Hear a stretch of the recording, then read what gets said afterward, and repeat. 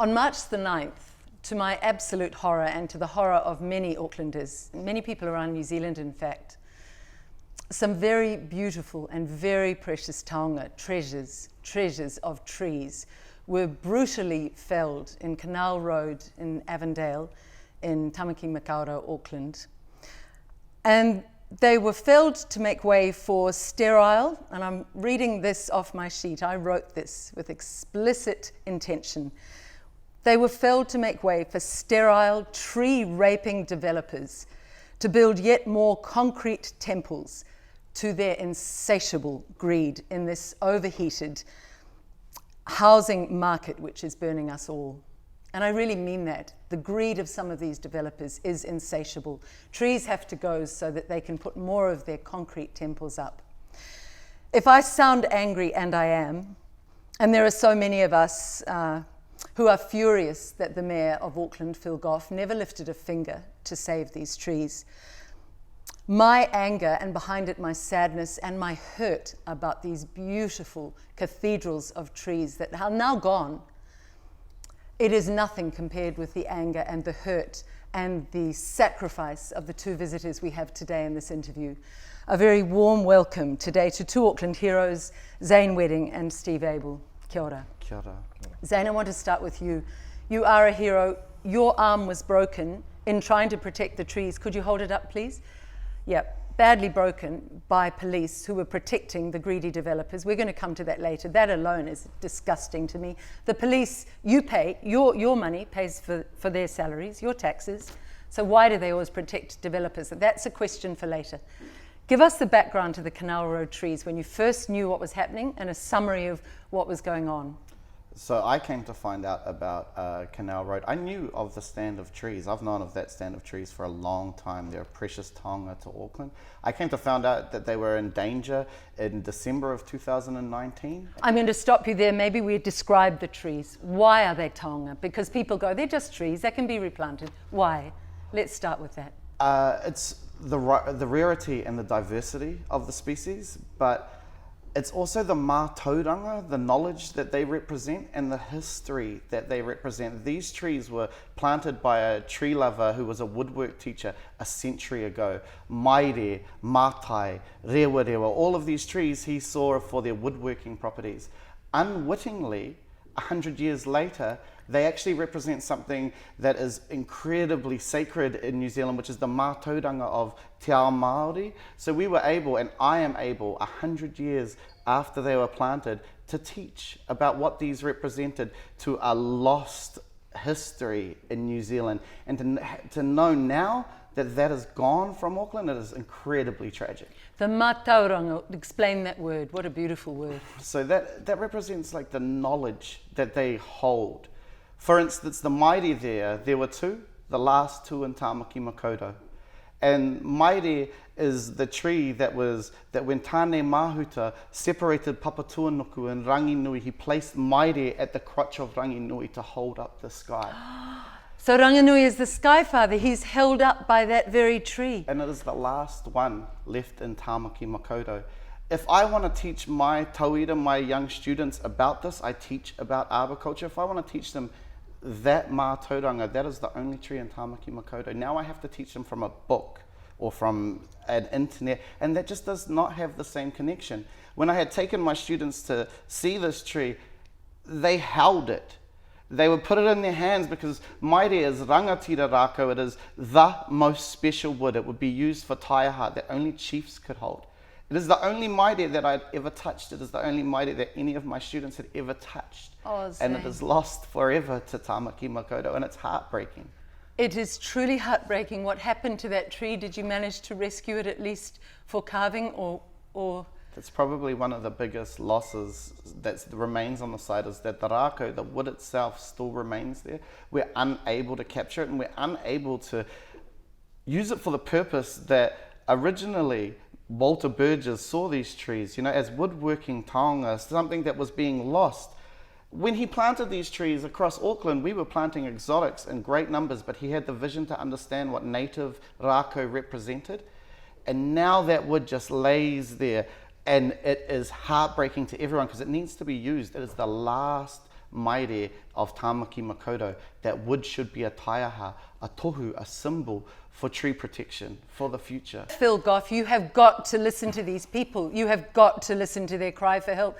This feels, Zane, like more colonization, more rape and pillage by whites who have no understanding of the beauty and the sacredness of what our brothers, our beautiful people of this land, are trying to teach us, the beautiful tangata whenua. One of the things on that, just like colonization, once it's applied and once the hurt is put upon the people, just like what happened there, it takes a long time to recover. You may never recover. We may never see a grove of trees like this ever again in Tāmaki Makaurau. And that is how it is incredibly similar. It takes a lot to get over this type of thing, and it will take so much psychologically for the group, the community of Avondale, to get over what happened to us on that day.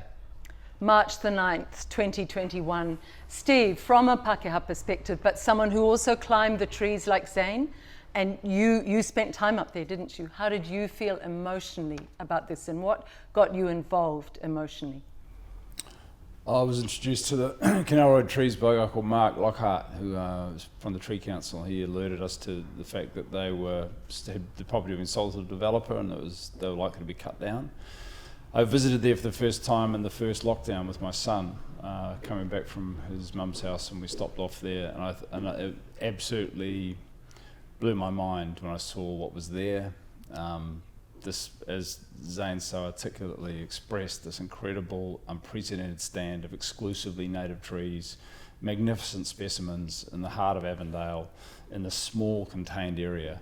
And it was, first of all, I couldn't believe that they could be lost, that there wasn't a strategy in place in this era, in 2020 as it was then, to protect something as irreplaceable as a stand of magnificent, nearly 100-year-old native trees like this. The next I heard about it was the day after the chainsaws had first arrived and begun cutting them down, and William Lee, a resident of Avondale for 60 years, had spontaneously stopped his car. He was on the way to the supermarket, and he just got out of his car and gone and stood in front of the machinery to stop them from doing it. And William Lee began this phase of the movement to protect this stand. I found out at 10 p.m. that night, and I was devastated that no one had let me know that it was happening. And so the first thing in the morning, the next day, I went down there and I went and sat in the puriri tree there. Because I knew from my activist experience that if you hit a person in a tree, they can't cut it down. Yes. Just a simple principle. And then the community came down, and there was actually going to be a ceremony to farewell the trees because people felt there was nothing that could be done. And I sort of talked to people there and said, there's actually things we can do. We can sit in these trees, we can still defend them. It might be a somewhat desperate expression of resistance, but we should do it anyway, because otherwise I knew at that point I wasn't prepared to stand on the pavement and watch these trees be cut down. And that was how this Canal Road occupation with William Lee began, then lasted for those 245 days until the 9th of March. And it's actually still going, because the ambition of it, the objective of it, was to stop the destruction of these magnificent mature trees. And I just want to go back to your point about Phil Goff and the council. I'm a child, I was a teenager in the 80s, I was born in 1970. What happened in the 80s here is we had a destruction of our built heritage. Magnificent old buildings were knocked down. I saw the Broadcasting House destroyed.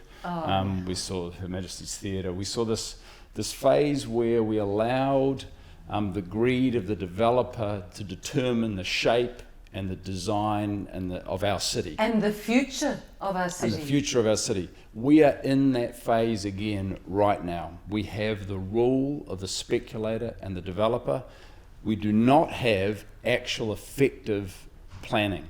In theory, the unitary plan has a wisdom behind it. The reality of it is that, as you described before, the speculator, the developer comes in, they find a property that has a house and a whole lot of trees, they demolish the whole lot, and they put in the cheapest houses they can and they sell them for profit. It is not planning, it is not design, it is not density done well. In Avondale, there are a lot of new houses going in, that's a good thing. But here you had this green space that is essential for us to have livable communities, a livable city, and a livable planet. We needed to keep these trees standing. We needed this green space for people to breathe, for people to live, for people to learn about Matauranga Māori. And this is exactly why you have, in theory, leadership, like the council. And they said, he's within his rights to cut those trees down, we're going to do nothing about it. And it's worse because our media are not really standing up. I saw an incredible interview, one interview that moved me so much with you, Zane, on Te Ao Māori, on Māori television. Thank God for them. But where were all the other publicity pieces and campaign pieces and the fair voice for you to get your voices out there? It was very minimal. Little story here, a little story there, but nothing really picked up. Zane, how do you feel? Is it like that same sense that the Māori must have had in the early days? We're voiceless. They come and they do this rape and pillage and we have no outlet for our voice. Oh, so much so. And especially for those who have been fighting this tree protection fight since blanket tree protection was taken away in 2012. That was under John Key's government. 100%.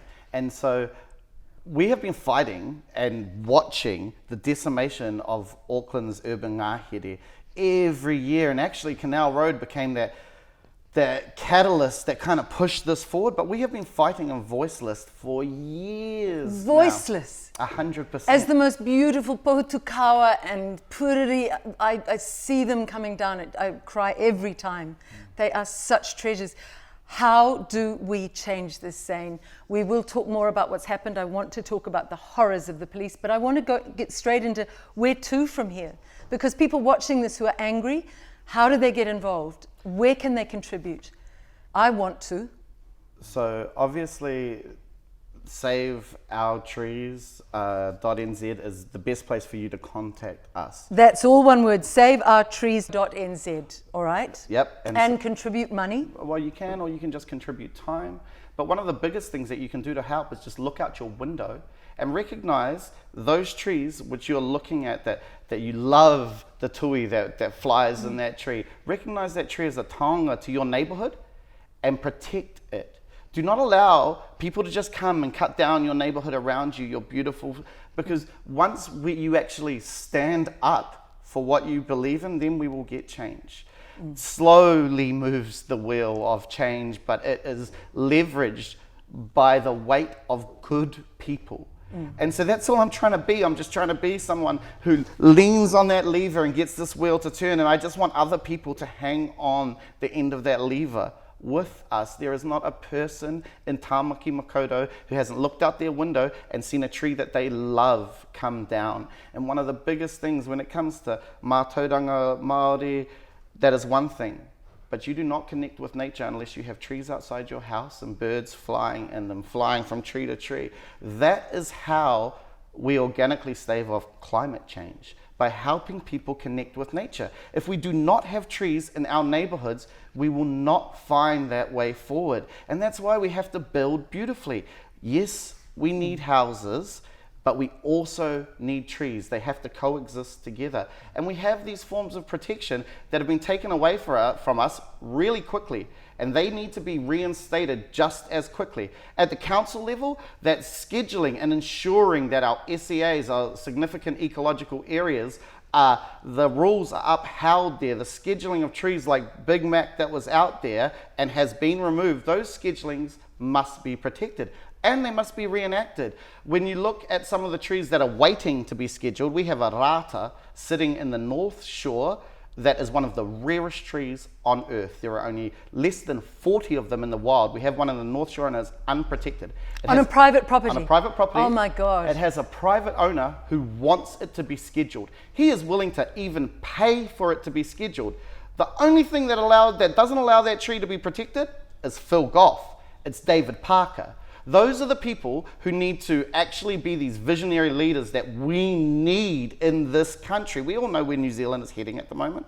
Without those people enacting these kinds of legislations and upholding them, our trees will be lost. And we're seeing that 1/3 of Auckland's trees in less than 10 years. And you talked about scheduled trees. I understand 587 trees are waiting and the council is doing nothing.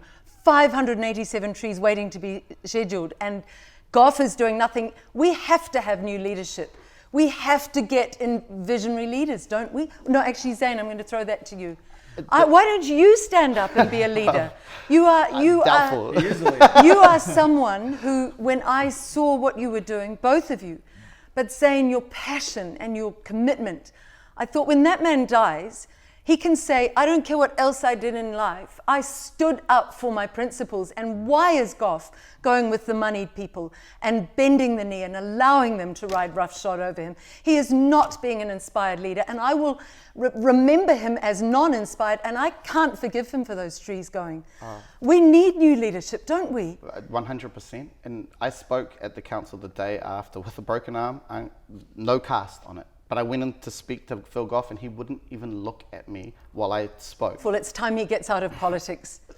The thing is, without some kind of visionary leadership in Tāmaki Makaurau, we are lost. We are lost. We will continue down the same path because they want this to happen. Fundamentally, our council stands against trees. Our government stands against trees. And we like to trade off this pure green New Zealand image, but that is just smoke and mirrors in this country. It's just verbiage. It's just insincere verbiage. Steve Abel, you're involved with Greenpeace. Are they able to get this government, Ardern's government, to do something inspired here? I think the key thing there is that absolutely the pressure has to come on them. The demand has to come from the people, and that's exactly what mana rākau is. It's this demand to the powers that be to correct this problem. Mana rākau means respect for trees. It means that. Basically. Give them and that's mana. the name that was given to us effectively by Mana Whenua Rihari Nahi as the name for the group that came out of the Canal Road resistance. And Mana Rākau continues in our objective to achieve general tree protection. The thing is, in terms of the political power, when John Key took away general tree protection in 2012, the Labour opposition at the time stood and argued against it. And actually, if you read the Hansard, Phil Twyford made very strong arguments against removal of general tree protection. The New Zealand Herald ran an editorial opposing the removal of general tree protection. The New Zealand Herald. And now Labour have the power and they're not bringing it back. And they've had 3.5 years to bring it back. And the worst thing about it, Liz, is that the worst is yet to come. As bad as this all is, there are many more trees that are going to come down in the city over the coming months. So we are actually at the start of a terrible carnage of trees in the city, and this government and this council need to act now. Because if they wait 3 years for the RMA reforms, or if they wait however long to get another change of council, we will lose thousands and thousands more trees, and then you will fundamentally change the actual feeling and nature of the city, literally the nature 100%. Of the city. And we will lose things that you can't replace, because to get a mature tree, a 100-year-old tree, yes, you need a tree to be planted, but you need it to survive for those 100 years. And no one has 100 years in their pocket. So you can't replace these mature trees by simply planting new trees. Yes, planting trees is great. We need to do as much of it as we can, but we have to keep existing mature trees standing. And that gets back to saveourtrees.nz. I need to hear what the police did before we finish. I am so shocked at what happened. You were lying, you ended up lying on the ground on the day they came to brutally kill these trees. What happened, Zane? So just for context, because this has been such a long occupation, we have been in contact with the police, and they have told us that they didn't want to have what happened happen. They were also acutely aware of the fact that if they turned up in the way that they did, with the connection that I had to the whenua there, to the trees that were there, that I would be arrested happily. When they started cutting down trees, I do not know why they thought that we would just stand there and let that happen. So somehow I made it over the fence while they were trying to stop us. And at that point, I was grabbed by security, 6 of them, held on the ground, arms twisted behind my back. Privately paid security. Look, not one of them was wearing a security tag. None of them could be identified as security at all. To me, they were just thugs. Absolutely. And the police are complicit in allowing that stuff to happen. I go over the fence, and I can imagine that these people are impoverished. I actually don't hold it against them. I hold it all against the developer, and I hold it all against the police. For allowing this. 100%. Because I screamed for help on the ground. Being held down by 6 people who are all double your weight is kind of scary.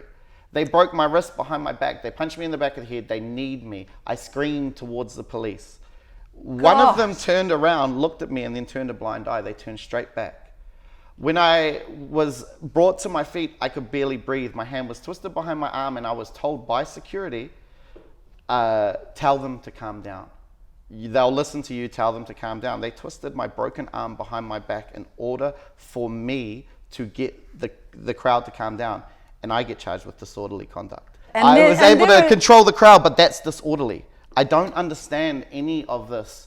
And like I say, what I don't understand is the only time I see that amount of police officers out on the streets is when they're working for developers, and that's 100% true. 70 police. At least. Way At over. least. You can count them in the videos that I have posted. I have grown up and lived in South Auckland my whole life. I have never seen that many police for the crimes that exist in South Auckland. But here they go, 70 of them, for developers. I don't understand this. The developer has the money to pay a legion of security. He does not need to be using my taxpayer money to allow this to happen. We're the community.